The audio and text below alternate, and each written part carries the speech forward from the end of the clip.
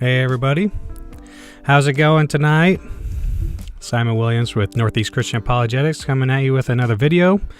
Tonight is our live stream where we talk about, read a book and talk about the contents of the book and discuss things together. I hope everybody's having a great December and a great night so far. Just as a reminder to what we're talking about, we are reading a book by Tactics, that is Tactics by Greg Koukl, and that's him right there. And he runs a ministry called Stand to Reason, and I definitely encourage you guys to check him out and check out his ministry. He does good work. And as usual, I like to talk about the places in which you guys can discover or purchase these books, and you can get them on Amazon as well as christianbooks.com. So it's really it is definitely a good idea to buy a book and have it available to you so that you can study it and read it yourself. Mighty Venus says it's going great. Thanks for asking. Awesome. Glad to hear it. Thank you for tuning in tonight. So yeah, we are on chapter 3 of Tactics, and today we are getting into the driver's seat. Today we're going to be actually talking about the Columbo Tactic, and Greg Koukl is going to go into more detail regarding what he means by this. But the Columbo was a detective on a really old TV show that I used to watch. And he would ask very simple questions in order to try to discover a person's point of view, a person's beliefs, and what the truth actually is.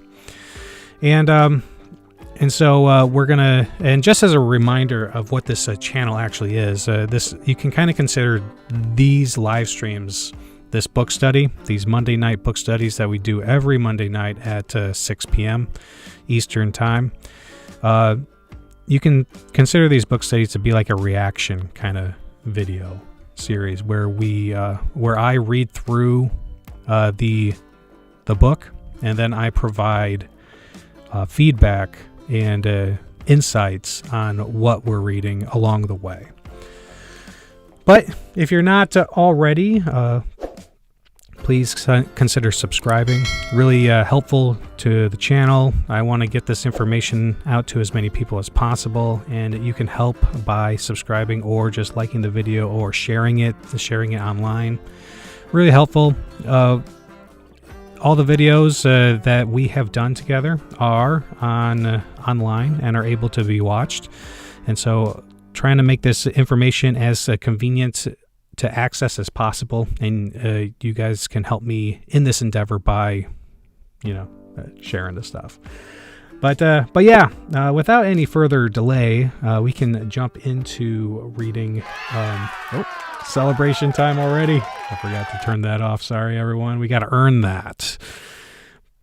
But yeah, so like I said, chapter 3, getting into the driver's seat, the Columbo Tactic. As usual, don't hesitate to leave a comment or provide some insights.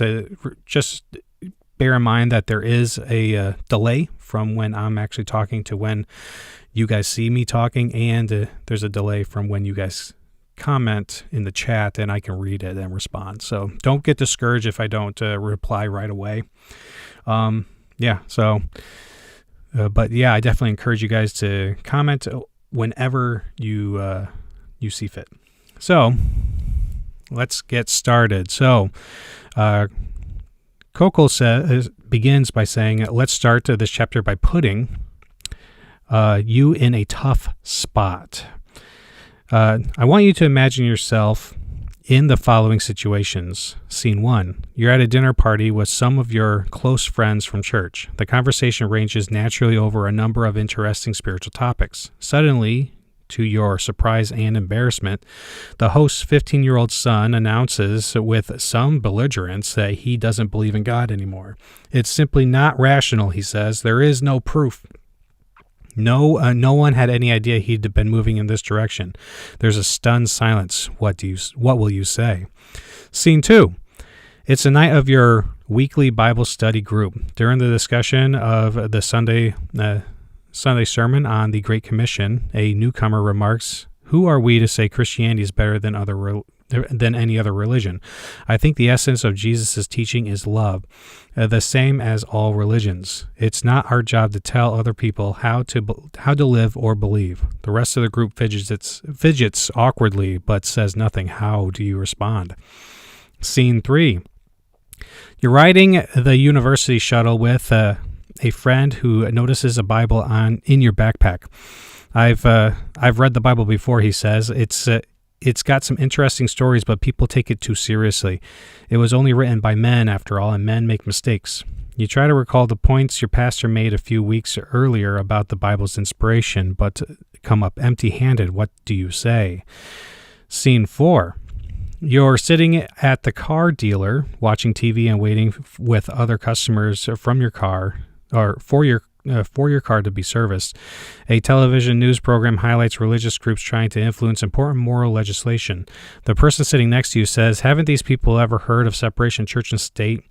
Those Christians are always trying to force their views on everyone else. You can't legislate morality. Why don't they just leave the rest of us alone?" Other people are listening, and you don't want to create a scene, but you feel you must say something. What is your next move?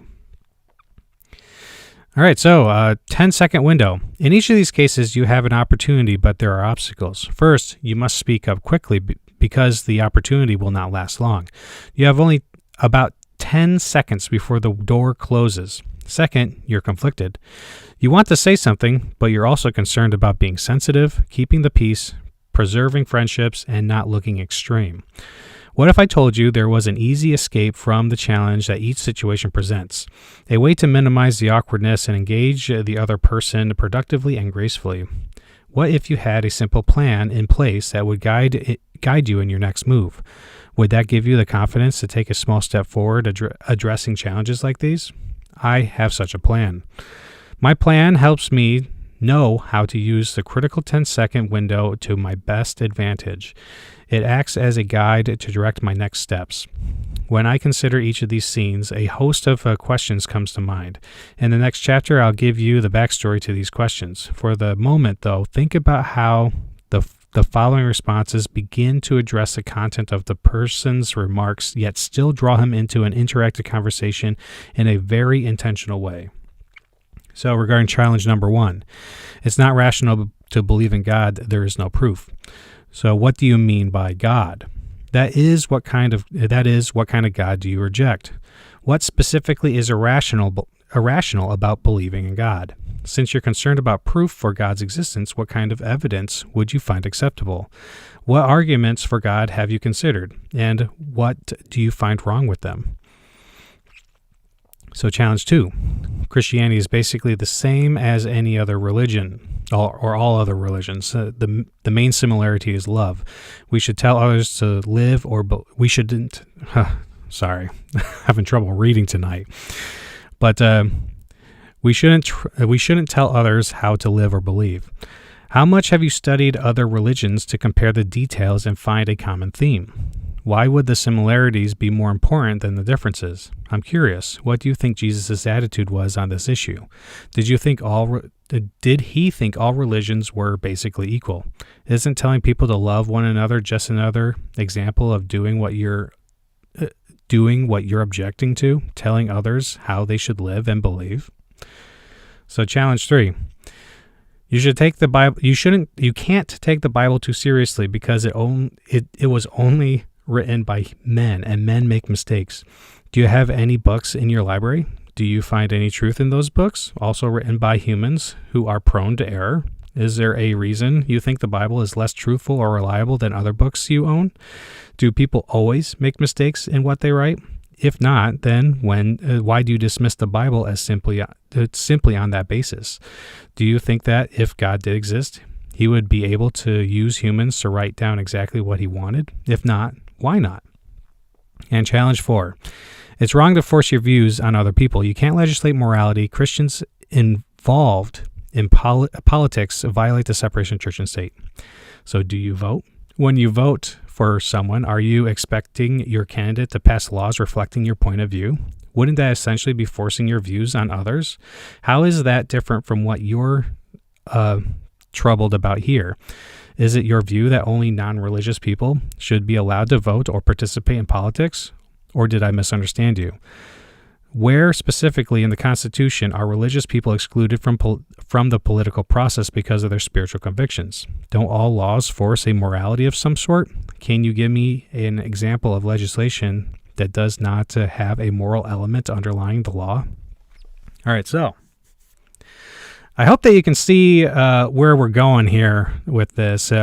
He is asking a lot of questions. Questions have a tendency to put you in what he's going to tell us is the driver's seat. Questions direct the conversation. And this is something that skeptics and non-Christians, for whatever reason, are able to do very naturally, is ask a lot of questions. And so they often put themselves in the driver's seat just by asking us challenging questions. But that's what's happening here. And I hope that you can see the power of these questions. You know, it really, when you read these questions, they seem very, they're direct to the point, very powerful in relative to the challenges being presented. So keep that in mind. And also, it would be a good idea to commit some of these questions to memory. Because these challenges that Koukl has provided us with are very frequently are readily available to pop up in your life. It wouldn't be surprising if it happens. So having these questions on deck is a good thing to have in your tool belt. So Koukl continues, I want you to notice several things about these responses. First, each is a question. My initial response in a situation like this is not to preach about my view or even disagree with theirs. Rather, I want to draw them out, to invite them to talk more about what they think. This takes a lot of pressure off me because when I ask a question, the ball is back in their court.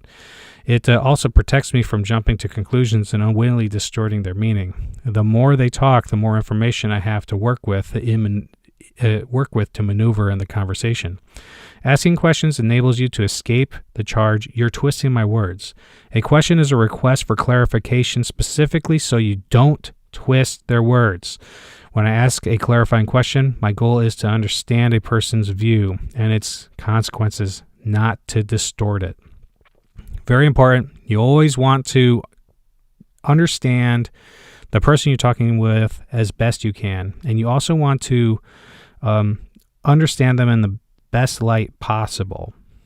Okay? And at any point when you're having a conversation as well, you should try to steelman their reasoning. And by steelman, I just mean to make it stronger and more reasonable. But in order to do that, you need to be practiced in reasoning yourself.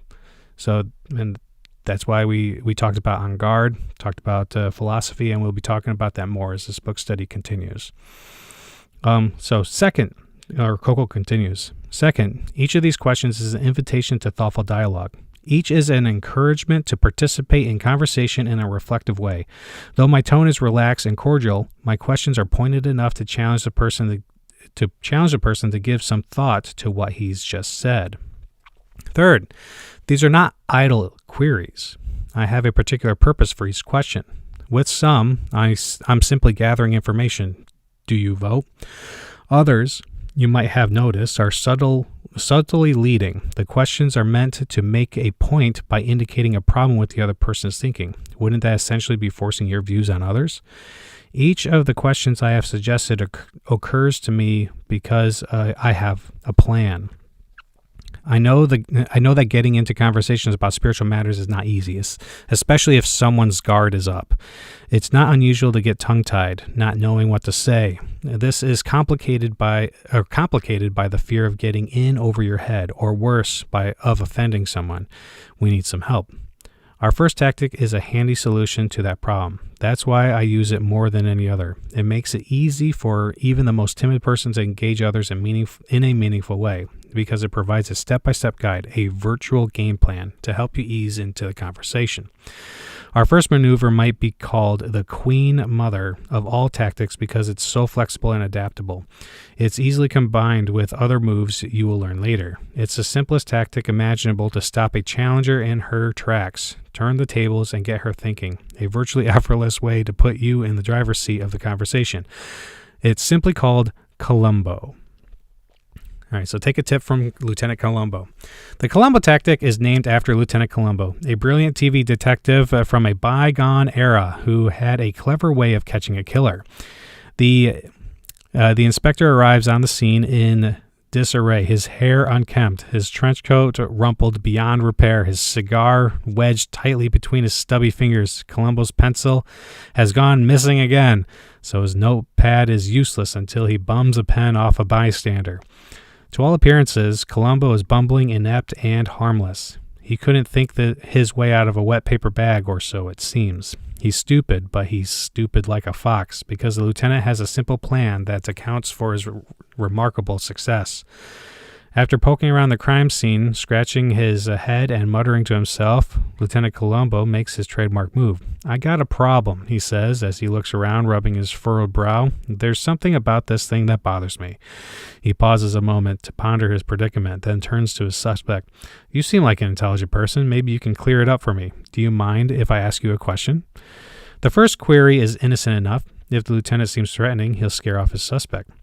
And for the moment he seemed satisfied. As he turns on his heel to leave, though, he stops himself. Something had just occurred to him. He turns back to the scene, raises his index finger and says, "Just one more thing." But just one more question leads to another, and another. Soon they're completely relentless, question after question, to the point of distraction and ultimately annoyance. "I'm sorry," Columbo says to his beleaguered suspect. "I know I'm making a pest of myself. It's because I keep asking these questions, but I tell you," he says with a shrug, "I can't help myself. It's a habit. And this is a habit you want to get into." The key to the Columbo tactic is to go on the offensive in an inoffensive way with carefully selected questions that advance the conversation. Never make a statement, at least at first, when a question will do the job. So advantages of asking. There are dozens of fun ways to do this, and with a little practice, it can become second nature. Hugh Hewitt, a nationally syndicated radio talk show host, is a master of this technique. In his wonderful little book, In But Not Of, a primer for Christians wanting to thoroughly engage in the culture, Hewitt advises asking at least a half dozen questions in every conversation. It's a habit that offers tremendous advantages. You may have learned the hard way that a frontal assault is rarely the best approach when navigating sensitive issues with resistant people. Your sincere questions, though, provide a number of benefits and will move you forward without risking a direct confrontation. For one thing, sincere questions are friendly and flattering. They invite a genial interaction by focusing on something the other person cares a lot about, herself and her ideas. When you ask a question, you are displaying interest in the person asked, Hewitt writes. Most people are not queried on many, if any, subjects. Their opinions are not solicited. To ask them is to be remembered fondly as a very interesting and gracious person in your own right. Sometimes the little things have the greatest impact. Using simple leading questions is an almost effortless way to ease spiritual topics into a conversation if they hadn't already come up, without seeming abrupt, rude, or pushy. Questions are engaging and interactive, probing yet amicable. Most important, they keep you in the driver's seat while the other person does all the work. Second, you'll get an education. You'll leave a conversation knowing more than when you arrived. Sometimes that information will be just what you need to make a difference. When a young Christian asked me to recommend a book on Buddhism, I followed my own advice and asked him why he wanted the book. He told me he wanted to bone up on the basics of that religion so he could witness to his Buddhist friend. That was the information I needed. I told him not to bother with the book. Instead, I said, ask the Buddhist. Sit down over coffee and let him give the tutorial. It would be a lot easier. He'd be learning the specifics of his friend's convictions instead of some academic version, and he'd be building a relationship with him at the same time. Third, questions allow you to make progress on a point without being pushy. Since questions are largely neutral, or at least seem that way, they don't sound preachy. When you ask a question, you aren't stating your view, so you have nothing to defend. Once, during a dinner party at a home of a well-known comedian, I got into a spiritual conversation with the actor's wife about animal rights. I had serious reservations about her ideas, but I didn't contradict her directly. Instead, I asked questions meant to expose some of the weaknesses I saw in her view. Eventually, she began to challenge what she thought were my views. I pointed out that I never stated my beliefs. I'd only been asking questions. Since I was probing instead of pressing a point, strictly speaking, I had no turf to protect. I didn't mind answering for my views, but up to that point, they had not come up. I was off the hook. It may have occurred to you that using questions is the perfect solution to engaging controversial issues in the workplace, where spiritual discussions are often discouraged, especially if your views are Christian. Questions offer a low-key way of maneuvering without opening you to the charge of proselytizing. There's a further benefit here. Questions buy you valuable time when you are not quite sure what to do next. They can help you move forward in the conversation even though the path is not obvious. The pressure is off. You can relax and enjoy conversation while you wait for an easy opening. Finally, and most important, carefully placed questions put you in the driver's seat of the conversation.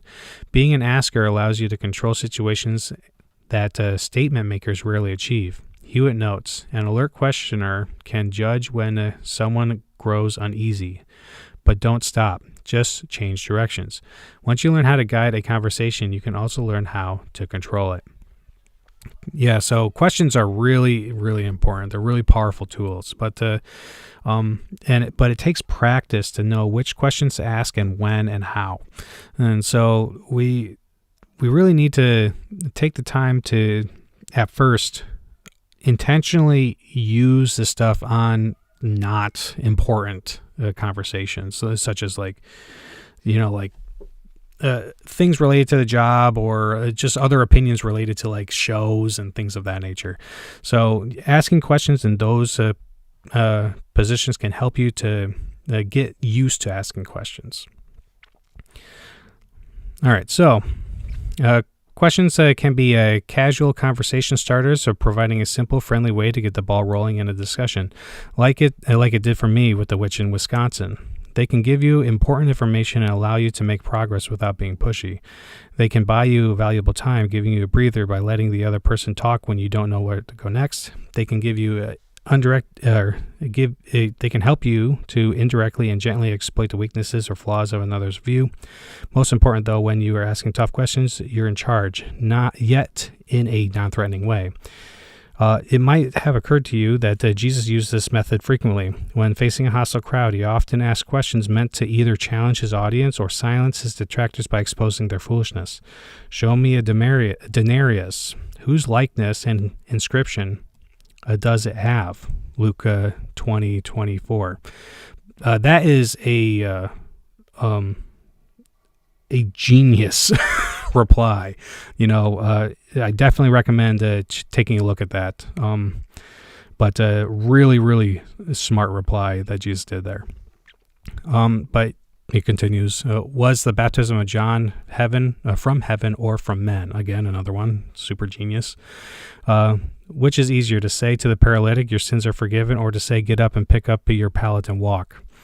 In none of these cases was Jesus speaking idly. He understood the power of a well-placed query. Whenever Jesus asked a question, he had a purpose. In the same way, the Columbo Tactic is most powerful when you have a plan.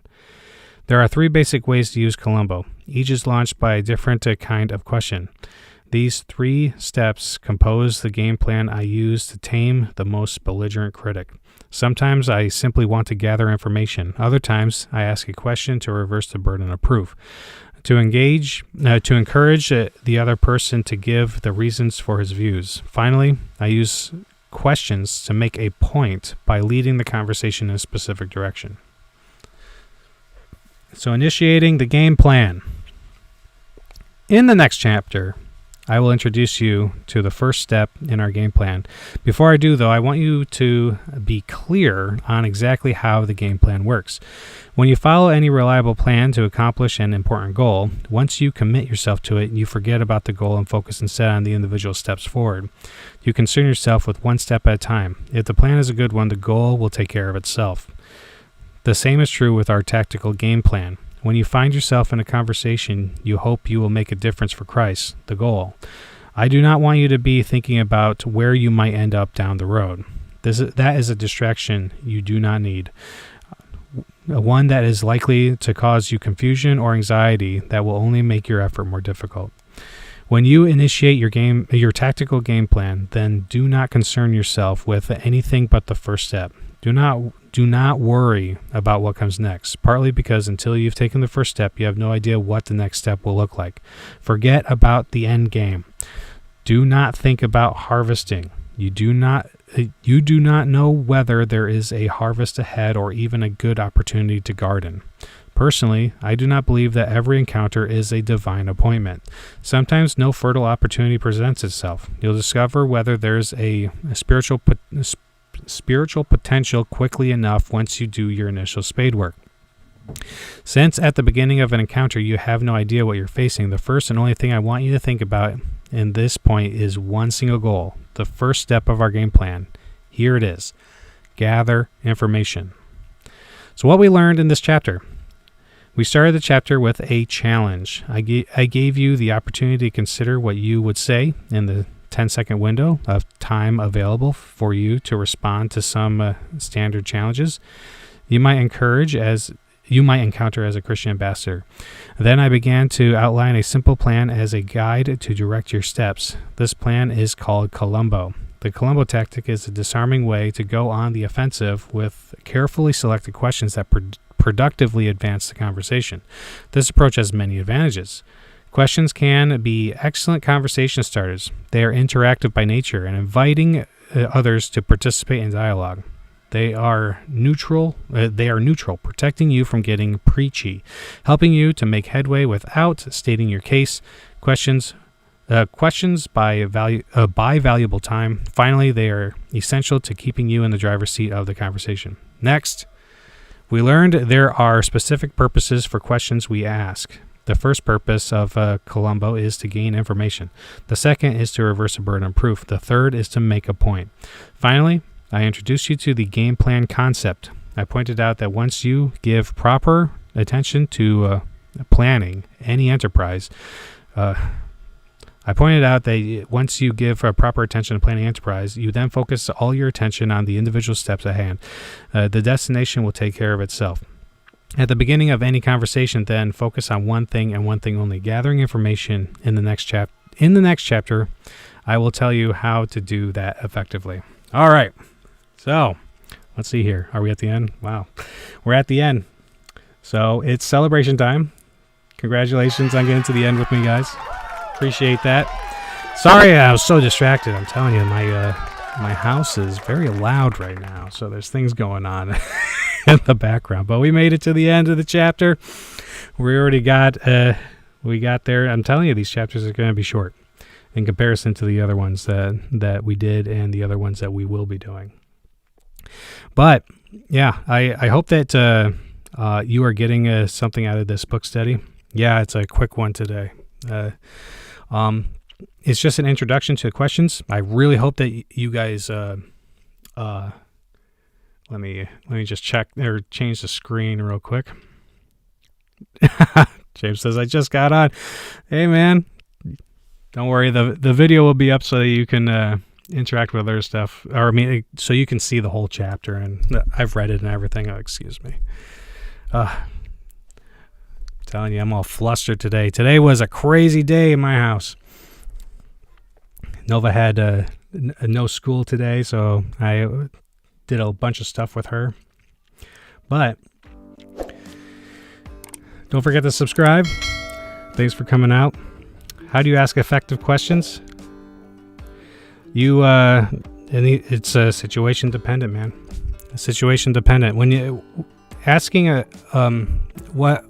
a big thing about asking questions is to be genuinely interested in the other person.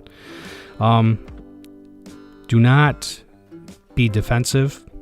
Focus on and what he's going to be saying now is gathering information, trying to get to know this person, and just being comfortable with what you believe, and knowing why what you believe is the truth. So you really got to study Christianity. You got to study the things that you believe and why you believe them. And when you know what you believe, then it's easier to understand why you don't believe other things. So, let's just go through one. Challenge one. We're talking about a dinner party right now, and the 15-year-old at the dinner party says that I don't believe in God. It's not rational. There is no proof. So no one. And then no one else had any idea what to do. And what he recommends is to ask things like, what do you mean by God? There are many gods out there that I don't believe in, that we don't believe in. So what we have to understand is, and these kind of gods may even be omniscient, omnipotent, and perfectly good, but the way they understand those attributes may actually be genuinely unjustified. I have some videos on my YouTube channel that talk about omniscience, and the arguments against divine omniscience are, I think that a lot of them are successful. And so what they do is that they show that a particular perspective on what it means to be omniscient is you shouldn't believe it, that it shouldn't be considered true, or certain definitions shouldn't be understood. So you have to dive into what this person believes. And so what do you mean by God is a very important aspect, because there's a lot of gods that I reject. And so you can actually even take on these arguments that atheists provide to say that God doesn't exist, and be like, yeah, I think that argument is successful, and I will help you argue against the existence of this particular kind of God, that this God I do think is not real. But I still believe in God, and my perspective of God is not the same. The other question that he provides us with is, what specifically is irrational about believing God? A lot of non-believers fail to realize that they're making claims. Some of them will make claims like this, where it's not rational, simply not rational, to believe that God exists. Why exactly should it be considered irrational?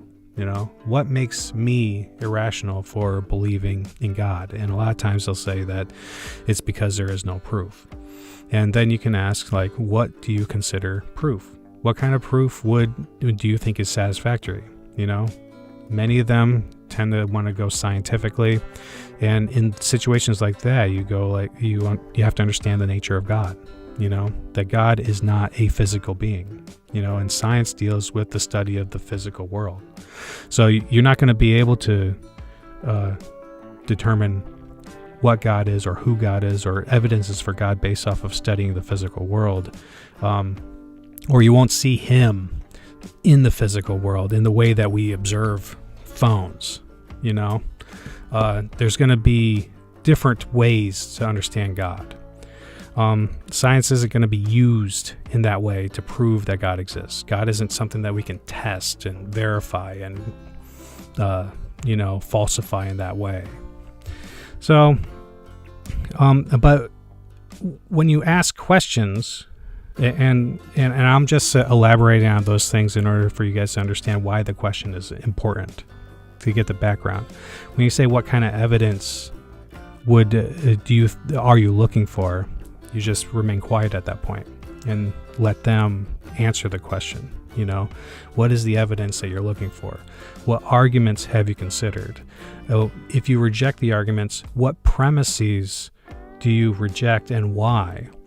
And then keep asking those kinds of questions. A lot of times, especially in these kinds of settings, a lot of people haven't really thought through their positions. So you'll find that you're actually, if you've studied these things, that you're way beyond what the person's knowledge that you're talking to in everyday kind of situations. But it's still important to study this material and understand it, and to know it, so that you can understand why it is that you think the premises are more likely to be true than false. Things of that nature, you know? But yeah, sometimes when I go to churches to teach apologetics, I'll do some role play, pretending to be an atheist. I'll bring a hat. I'll wear my hat. And I'll be like, when I'm wearing the hat, I'm an atheist. And then we'll have a conversation. I'll challenge their beliefs, and when I'm an atheist, I often ask questions, and Christians always want to answer questions. They very rarely want to ask questions, and even when they start asking questions, as an atheist, when I'm pretending to be an atheist, I'll do a little bit of discussion, and then I'll challenge, and then I'll end my discussion with a question, and then the Christian will forget that they're giving up the driver's seat by answering the question, and focus on the question, and keep providing answers and answers. So keep that in mind. Questions are, and for whatever reason, I don't know why it is this way, but it is a lot easier to ask questions as a skeptic, or as a non-believer, or as an atheist. I don't know why. I think it has something to do with the fact that they don't have a particular worldview that they believe in. So all they have to do is challenge the beliefs of other people, while not providing any sort of, I'm rejecting this, but I'm not setting up anything as a replacement. And that's a really important aspect of humanity. What we need to be doing as humans, and I've said this before previously, but we need to understand what our worldview is, the ins and outs of it, why we believe it, and then always ask a question: why should I prefer the worldview that I believe in over some competing worldview? I don't know I know very few atheists who actually ask that question, or even do any sort of worldview building themselves. And I interact with a lot of atheists online and in person, and not very many of them have a well-structured worldview. It is, they just reject God, and they think that there's no consequences involved with that. A lot of them are like that. That's not every atheist, obviously, or non-Christian, or especially not non-Christians, because a lot of them have well-formulated worldviews, especially if they're religious. But non-religious people are kind of just flying by the seat of their pants, and just living life. But all right, well, like I said, like we said, it was a quick chapter tonight. I really appreciate you guys coming out. I felt a little rushed because we just we're in a rush. We were in a rush, and I barely got on tonight, and I think I came through in my reading, and I apologize, everybody, but gotta participate in the family. So have a great night, everybody. I will see you next week. This as a reminder, this book study happens every Monday night at 6 p.m. and I will see you then, continuing our study of tactics, going into chapter 4. All right, have a great night, everybody. God bless. Hey, before you go, I hope you enjoyed today's enlightening discussion during our Christian Apologetics book study. It's always a blessing to come together to explore our faith and grow in our understanding. Your participation means the world to me, and I'm grateful for your continued support of Northeast Christian Apologetics. Remember, you can stay connected with me and access valuable resources by visiting my website, at nechristianapologetics.com. There you'll find a wealth of articles, videos, and recommended reading material to deepen your knowledge of Christian apologetics. If you're as passionate as I am about equipping believers to defend their faith and engage in meaningful conversations, you can also support this ministry in various ways. One way to support this work is through patreon.com. By becoming a patron, you'll have access to exclusive content, early access to our discussions, and a chance to connect with like-minded individuals who share your passion for Christian apologetics. If Patreon is not your style, some people prefer to give me a one-time tip. And if you'd like to do that, then feel free to do so through Venmo or Cash App. But of course, there are many ways to support me. By praying for this ministry, sharing the content on social media, or simply spreading the word about what I do. Every bit of support goes a long way in helping me fulfill my mission. Once again, thank you for joining me today. Your presence and engagement enrich these discussions, and together, we're on a journey to strengthen our faith and share the good news with others. Stay tuned for more exciting book studies, thought-provoking discussions, and opportunities to grow your Christian apologetics journey. I look forward to seeing you again.